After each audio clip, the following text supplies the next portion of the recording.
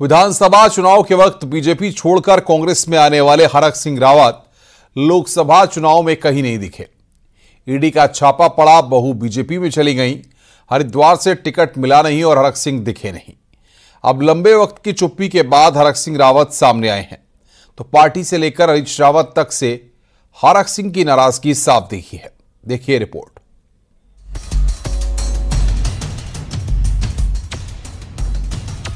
ED की छापेमारी के बाद कांग्रेस नेता हरक सिंह रावत नजर नहीं आए, न लोकसभा चुनाव में प्रचार में दिखे, तो बहू अनुकृति के बीजेपी में जाने पर भी हरक सिंह रावत कुछ नहीं बोले। लेकिन लंबे वक्त के बाद न्यूज 18 से बातचीत में हरक सिंह रावत ने अपनी चुप्पी तोड़ी और हरिद्वार ईडी की जांच हरीश रावत पर खुलकर जवाब दिया, तो पार्टी पर साथ न देने का भी आरोप लगाया। हरक सिंह रावत ने कहा कि मैं यदि हरिद्वार से चुनाव लड़ता तो 200% जीतता, लेकिन हरीश रावत नहीं चाहते थे कि वहां कांग्रेस जीते। कि पार्टी ने मुझे 24 में, अगर 24 के लिए तो मना नहीं किया था मैंने कि मैं नहीं लड़ूंगा। अगर 24 में टिकट दिया होता तो मैं 200% हरिद्वार सीट जीत के दिखाता। भाई आप हरिद्वार चुनाव लड़े, आप चाहते नहीं थे कि हरिद्वार कांग्रेस जीते। हरक सिंह रावत इस बात से भी नाराज दिखे कि ईडी के छापे के वक्त पार्टी और हरीश रावत ने साथ नहीं दिया। हरक सिंह रावत ने कहा कि जब हरीश रावत ही मुख्यमंत्री की तारीफ करेंगे तो विपक्ष कैसा। नहीं, ईडी देखो, अगर मन साफ है, अगर आप अंदर से साफ हैं, मुझे जेल जाने के लिए सिर्फ थोड़ी डरता हूं मैं, और न मुझे डर था, लेकिन पार्टी खड़ी तो होती मुझे मेरे साथ खड़ी। हम धामी की देखते तारीफ कर सकते हैं, लेकिन एज ए मुख्यमंत्री अगर हम प्रदेश में कोई घटना हो रही है तो हम तारीफ नहीं कर सकते उसकी। अब यहां तो क्या है कि मुख्यमंत्री तारीफ कर दो, जो पावरफुल व्यक्ति है, ऐसा क्या डर है भैया आपको। हरक सिंह रावत की बहू अनुकृति लोकसभा चुनाव के बीच में ही बीजेपी में चली गई, तो चर्चा इस बात की रही कि क्या अंदर खाने हरक सिंह रावत बीजेपी के साथ हैं, या बहू के बाद वो भी बीजेपी में जा सकते हैं। इस बात से हरक सिंह रावत ने खुलकर इनकार किया है। तो ये जरूर थोड़ी है कि अनुकृति चलेगी तो मैं क्यों जाऊं भाई, मेरा ये जरूर थोड़ी कि मैं जाऊं, और मुझे जाना होगा तो ये थोड़ी कि अनुकृति चलेगी तो तब जाऊंगा। मुझे अगर कोई निर्णय लेना हो तो मैं खुद लूंगा ना निर्णय। साफ है, पार्टी से लेकर हरीश रावत तक के लिए हरक सिंह के दिल में नाराजगी है, जिन्होंने ना ईडी के एक्शन में साथ दिया और ना हरिद्वार से उम्मीदवार बनाने में। तो बहू के बीजेपी में जाने के बावजूद हरक सिंह रावत अब भी कांग्रेस में बने रहने की बात कर रहे हैं। पर लंबे वक्त के बाद चुप्पी तोड़कर हरक सिंह रावत ने कई सवाल जरूर खड़े कर दिए हैं। दीपांकर भट्ट, न्यूज 18, देहरादून।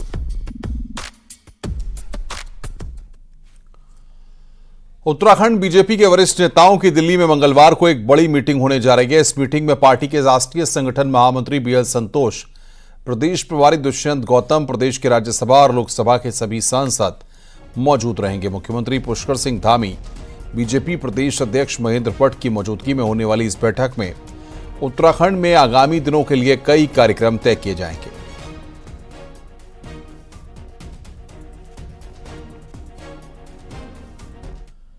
ग्रीष्मकालीन राजधानी गैरसैंण में अगला विधानसभा सत्र होना चाहिए, यह कहना है नेता विपक्ष यशपाल आर्य का। उन्होंने कहा कि वैसे तो बजट सत्र गैरसैंण में होना चाहिए था, लेकिन ऐसा नहीं हुआ, लेकिन आने वाला सत्र विधानसभा सत्र गैरसैंण में होना चाहिए। देखिए, मैंने पहले भी कहा है कि गैरसैंण में सत्र जो हमारा सामान्य बजट होना था, पेश होना था, जो हमारा एनुअल बजट था, उसको गैरसैंण में स्थापित करने के लिए, गैरसैंण में चलाने के लिए हमने कोशिश भी की, कहा भी, लेकिन सरकार की नीयत साफ नहीं है। सरकार को गैरसैंण से कोई लेना देना नहीं है। तो हमारा ये कहना कि जो सत्र अब आगामी सत्र है वो गैरसैंण में होना चाहिए। देहरादून के राजपुर के जाखन इलाके में एक स्कूटी सवार महिला बैरिकेडिंग से टकराकर घायल हो गई। वहीं मसूरी से देहरादून लौट रहे कैबिनेट मंत्री गणेश जोशी ने जब घायल महिला को देखा तो उससे अपनी गाड़ी में बैठाकर अस्पताल भेजा।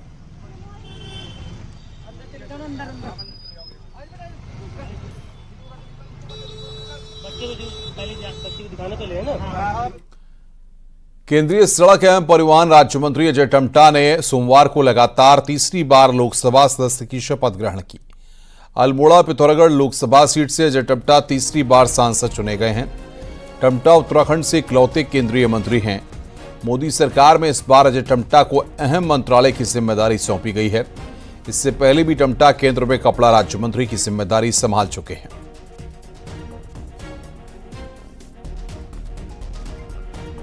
पिथौरागढ़ अल्मोड़ा हाईवे दोनों जिलों की लाइफलाइन है। बावजूद इसके दशकों से ये लाइफलाइन खस्ता हाल है।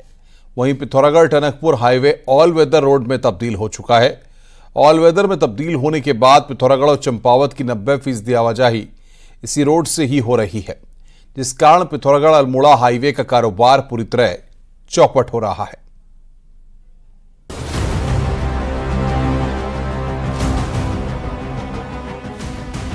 एक दौर था जब पिथौरागढ़ और चंपावत की अधिकांश आवाजाही पिथौरागढ़ अल्मोड़ा हाईवे से होती थी, लेकिन पिथौरागढ़ टनकपुर हाईवे जब से ऑल वेदर में तब्दील हुआ है, इस रोड पर सन्नाटा पसरा है। आलम यह है कि आम राहगीरों के साथ ही सैलानी भी ऑल वेदर रोड की मदद से ही पिथौरागढ़ और चंपावत पहुंच रहे हैं। ऐसे में अब सिर्फ अल्मोड़ा जाने वाले यात्री ही पिथौरागढ़ अल्मोड़ा हाईवे की राह पकड़ते हैं। दोनों जिलों को जोड़ने वाले इस हाईवे से यात्रियों की बेरुखी ने 90 किलोमीटर के दायरे में पूरा व्यापार प्रभावित कर डाला है।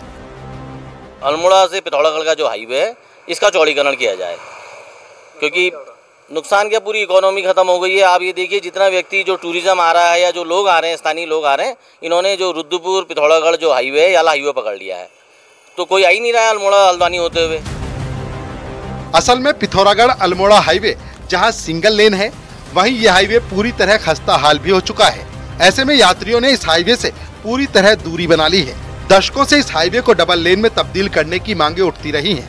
बावजूद इसके हाईवे को डबल लेन में तब्दील करने की कोई कोशिश नहीं हुई है। लेकिन अब क्षेत्रीय सांसद के केंद्र में सड़क एवं परिवहन राज्य मंत्री बनने से इस हाईवे के दिन बहुड़ने की उम्मीद जगी है। अल्मोड़ा पिथौरागढ़ रोड का 2 लेन करने का जो कंसल्टेंसी है वो ऑलरेडी इनवाइट की जा चुकी है। उसका बिड इस टाइम टेक्निकल इवैल्यूएशन चल रहा है। वो जैसे फाइनल होगा, जो हमारे कंसल्टेंट आएंगे वो पूरा ट्रैफिक सेंसस करके और जो भी रोड वाइडन करने के लिए जो भी उसमें कार्रवाई करने का, वो उसका अपना डीपीआर बना के देंगे। पनार से अल्मोड़ा 2 लेन सड़क बनाने की प्रक्रिया गतिमान है। लगभग 77-78 किलोमीटर की सड़क है। अल्मोड़ा से ताकुला बागेश्वर उडियारी बैंड 2 लेन की मंजूरी हुई है, उसमें भी बहुत जल्दी हम काम करेंगे। पिथौरागढ़ अल्मोड़ा हाईवे पर हजारों परिवारों की रोजी रोटी टिकी है, लेकिन इस रास्ते से लोगों ने दूरी बनानी शुरू कर दी है, जिससे इलाके के कारोबार पर भी सीधा असर पड़ने लगा है। अल्मोड़ा से किशन जोशी के साथ पिथौरागढ़ से विजय वर्धन उप्रेती की रिपोर्ट।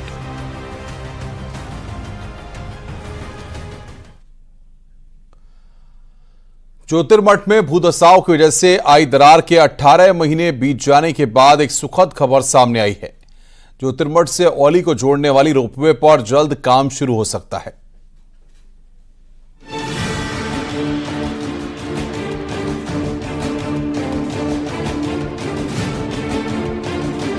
ज्योतिर्मठ से औली को जोड़ने वाली एशिया की सबसे लंबी रोपवे 5 जनवरी 2023 से दरार पड़ने की घटना के बाद बंद करनी पड़ी थी। शहर के मनोहर बाग क्षेत्र में रोपवे स्टेशन पर दरार आ गई थी। केंद्र और राज्य सरकार नई तरीके से रोपवे के संचालन का काम शुरू करने जा रही है, जिसका सर्वे का काम शुरू कर दिया गया है। डिटेल प्रोजेक्ट रिपोर्ट तैयार की जा रही है, जिसके लिए ब्रिडकुल और रोनमास कंपनी औली पहुंचकर सर्वे कर चुकी है। करीब 4 किलोमीटर की रोपवे अब 3 नंबर टावर सुनील से होकर औली गौरसो बुग्याल तक पहुंचेगी। तो वहीं आने वाले समय में हेमकुंड साहिब में भी नई रोपवे लगने जा रही है। वैसे जोशीमठ की एक बहुत बड़ी डिमांड थी कि जोशीमठ से और औली तक अभी तक रोपवे था। औली से गोरसो टॉप तक भी लोगों की डिमांड थी। अब 3 नंबर जो टावर है वहाँ से गोरसो टॉप तक हम नया सर्वे का जो हमने भारत सरकार को भेजा था, भारत सरकार ने उसकी सैद्धांतिक स्वीकृति दे दी है। उसका सर्वे का काम भी पूरा हो गया है। रोपवे बनने से कहीं न कहीं ज्योतिर्मठ में पर्यटकों का आवागमन बढ़ेगा। पिछले 1 साल से जहां ज्योतिर्मठ क्षेत्र में पर्यटकों की संख्या में कमी देखी गई, तो उम्मीद है कि नई तकनीक से बनी इस नई रोपवे का पर्यटक आने वाले वक्त में लुत्फ उठाएंगे। और ये बड़ा सौभाग्य है कि जोशीमठ का जो ज्योतिर्मठ का अस्तित्व बचाने के लिए यहाँ पर्यटक और तीर्थ यात्रियों के आने के लिए एक सुगम स्थल जोशीमठ है, ज्योतिर्मठ है। मैं चाहूँगा कि भारत सरकार और उत्तराखंड सरकार इसको तत्काल पूर्ण करे। केंद्र सरकार की महत्वपूर्ण योजनाओं में हेमकुंड साहिब, केदारनाथ धाम में लगने वाले रोपवे भी शामिल हैं। तो इसी के साथ ही ज्योतिर्मठ औली रोपवे प्रोजेक्ट शामिल हो गया है। उम्मीद है कि जल्द ही अब रोपवे पर काम भी शुरू हो जाएगा। चमोली से न्यूज़ 18 के लिए नितिन सेमवाल की रिपोर्ट। आगे बढ़ते हैं। उत्तरकाशी में ट्रैकिंग को लेकर एसओपी बनाने की कवायद जारी है और ट्रैकिंग से जुड़े लोग इसका स्वागत कर रहे हैं। देखिए रिपोर्ट।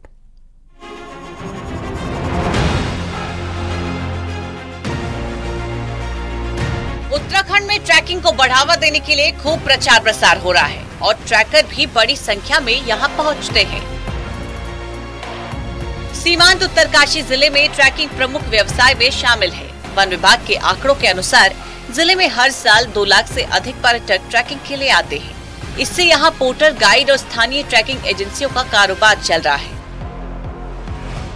वहीं मध्य और उच्च हिमालयी क्षेत्र के ट्रैकिंग रूट जोखिम भरे हुए हैं, लेकिन ट्रैकिंग के लिए कोई एसओपी नहीं है। ऐसे में अब प्रशासन ने एक टीम का गठन किया है जो इस पर काम कर रही है।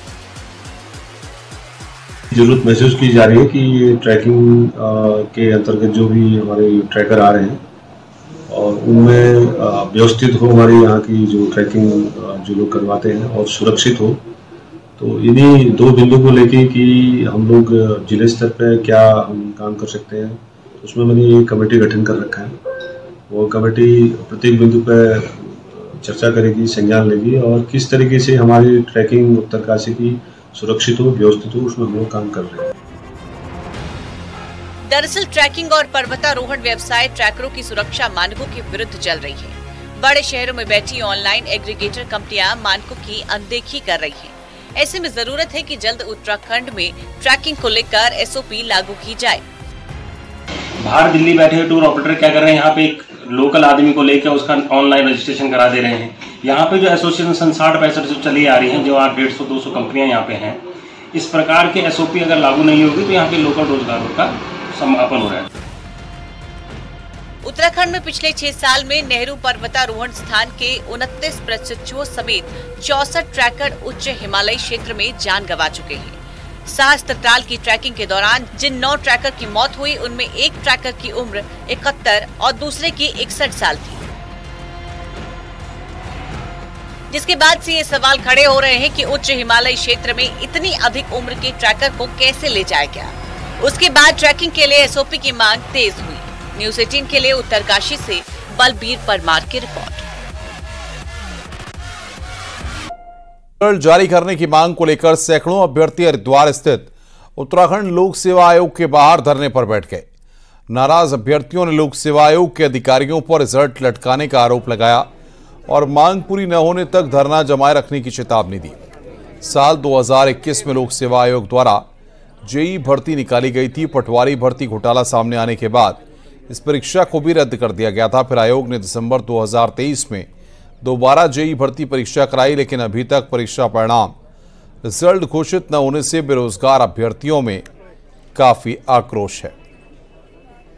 झेलना पड़ रहा है, फैमिली प्रेशर भी है। आगे हम कुछ करें कि ना करें, कोई जॉब करें, पढ़ाई करें, क्या करें, हमारा कोई मतलब मार्ग ही नहीं है। हम किस तरह जाएं, हमें कुछ पता ही नहीं चल रहा है। इसके चक्कर में लगे।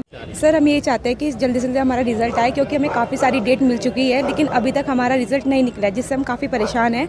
हमारा एग्ज़ाम दिसंबर को हुआ था, 6 महीने में हो गया है, लेकिन ये भर्ती काफ़ी पहले की है। सामूहिक निर्णय ये है कि आयोग वाले आज ही हमारा रिजल्ट दे दे, हम तब तक घर चले जाएंगे और जब तक आयोग रिजल्ट जारी नहीं करता तब तक हम फिर ये डेली आएंगे, बैठे रहेंगे यहाँ पे। क्या करें, तब घर में भी हमारे माँ बाप सुना रहे हैं हमें कि आपका इतना समय हो गया, आपका रिजल्ट नहीं आ रहा है। और अब देखते हैं पहाड़ की 10 बड़ी खबरें। पहाड़ टॉप 10। अल्मोड़ा नगर में ड्रेनेज सिस्टम को ठीक करने वाला ठेकेदार को सिंचाई विभाग ने ब्लैकलिस्ट किया। नालों के निर्माण में लापरवाही का आरोप। पौड़ी के गढ़वाल विश्वविद्यालय ने नए शैक्षणिक सत्र को लेकर तैयारियां शुरू कर दी हैं। इस बार गढ़वाल विश्वविद्यालय के तीनों परिसरों में 15 जुलाई से एडमिशन की प्रक्रिया शुरू हो जाएगी। रामनगर कॉर्बेट के बफर एरिया के गर्जिया टूरिज्म जोन को साल भर खुले रहने वाला जोन बताया गया, लेकिन इस जोन को 8 महीने ही खोले जाने पर लोगों का रोजगार प्रभावित हो रहा है। मंगलौर उपचुनाव को लेकर पुलिस अलर्ट है। दूसरे राज्यों से आने वाली गाड़ियों की लगातार चेकिंग की जा रही है। रुद्रप्रयाग में जनता मिलन कार्यक्रम में विभिन्न विभागों से संबंधित 26 शिकायतें दर्ज की गईं, जिनमें से 12 शिकायतों का मौके पर ही निस्तारण किया गया। बागेश्वर में पीने के पानी की मांग को लेकर लोगों ने खाली बर्तन बजाकर प्रदर्शन किया। जल संस्थान के ऑफिस पहुंचकर लोगों ने विभाग के खिलाफ प्रदर्शन किया। नीट पेपर लीक मामले को लेकर अल्मोड़ा में यूथ कांग्रेस और एनएसयूआई के कार्यकर्ताओं ने केंद्र सरकार का पुतला फूंका और जमकर नारेबाजी की। नैनीताल शहर के बीच कई दिनों से कूड़ा फैला हुआ है। कूड़ा फैलने से लोग परेशान हैं। अभी तक कूड़ा नहीं उठाया गया है। ऋषिकेश के त्रिवेणी घाट पर श्रद्धालुओं को सीधे लाने के लिए ऋषिकेश हरिद्वार गंगा कॉरिडोर बनाया जाएगा। इसके लिए लोगों से सुझाव लिए गए। बद्रीनाथ धाम में इस बार रिकॉर्ड तोड़ तीर्थयात्री पहुंच रहे हैं। अभी तक 7,30,000 से अधिक तीर्थयात्री भगवान बद्री विजयाल के दर्शन कर चुके हैं। रुक रहे एक ब्रेक के लिए। खबरों का सिलसिला लगातार जारी है।